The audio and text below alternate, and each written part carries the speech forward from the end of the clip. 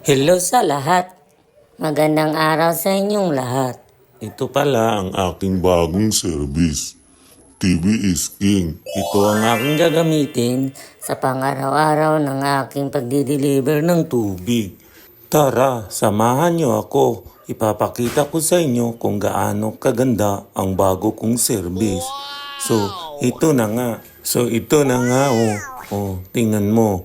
Ito akin ang bubuksan para makita niyo kung ano ang nasa loob. Papakita ko sa inyo kung gaano kaganda at gaano kabago ang aking service. Yan nga. Ito na nga. Ayun nga, may mga mababasa kayo dyan. Kayo na ang bahalang magbasa at umintindi dahil English naman ang nakalagay dyan. Ayan na nga, pinakita ko sa inyo ang kabuuhan sa loob. Ayan, yan sa baba. Mayroon pa siyang padlock. Ano bang pagtawag yan? Ilalak mo siya para hindi siya mananakaw. Yan. Tapos, sa bandang gilid naman, yung hinahawakan ko, yan ang handbrake. Yan. Tapos, dito naman sa kabilang gilid, papakita ko sa inyo, ito bubuksan ko muna. Tapos, ito, ayan na nga, ang hirap mag-explain. Ayan. Kung hinahawakan ko yan para parang manual siyang mapapaandar. Ayan, pag hindi umandar, iangat-angat lang yan. Wow! Diba? Parang napakaganda. Ito naman ang lagayan ng mga utensil. Yan, mga lagayan ng mga kung ano-ano ang kailangan. Ito naman dito, iikot ko kayo. Dito naman, kailangan mo itong buksan para pag magpagas ka, Diyan ang gas. Diyan ang gas. Yan. Bubuksan ko yan. Ayan. Bubuksan ko na yan para makita mo kung saan mo ilalagay ang gas niyan. Ayan, nalaglag na nga. Ayan. Yan ang gas tank. Yan.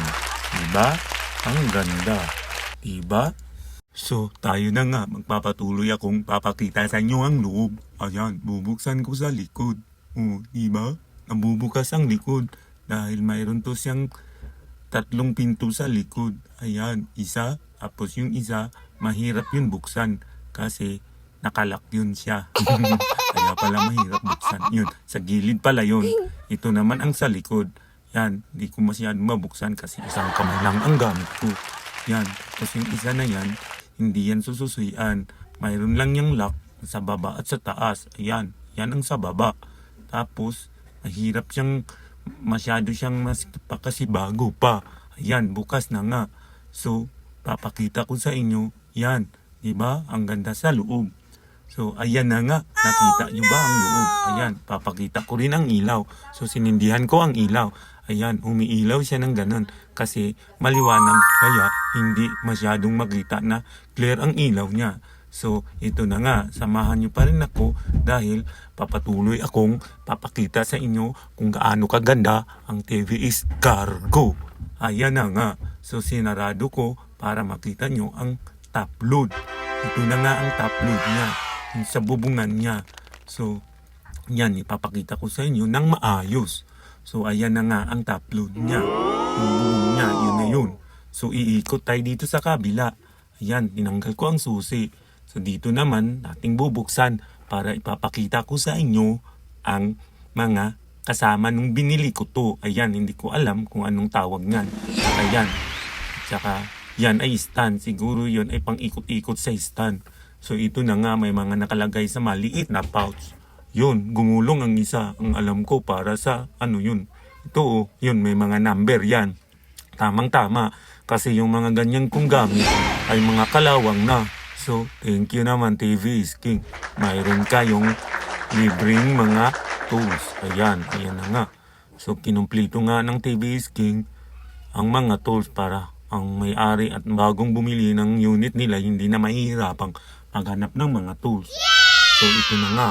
Patuloy nating ipakita ang mga previous nila. Ayan, umiikot-ikot yan na yan ay hindi ko talaga alam kung para saan yan. Itatanong ko pa yan pagbalik ko doon pag nagpa-change wheel na ako. Ayan, pero ito na nga ay mayroong screw at flat screw.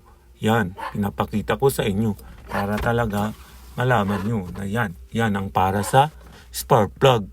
So, mayroon pang isa ipapakita ko sa inyo. Yan, may libreng ding gulong. Diba? Ayan, napakaayos talaga ng TV is King. Ang dami niyang freebies. So, ito na nga, sasabihin ko sa inyo kung magkano ang bili ko nito. Ang original price nito ay 220. So, nag 50% sila, kaya 110 na lang ito. Sa 110, pwede kang mag-down ng 55,000. Wow! Ang balance mo na 55,000, good for 1 month, walang tubo yun. Pero kung good for 3 months, magtutubo ka ng kunti, pero kunti lang. Kaya ano pang inaantay nyo? Bumili na kayo ng TV King Cargo. Ito ay maganda at matibay talaga. Bye! Social reach, your light shine.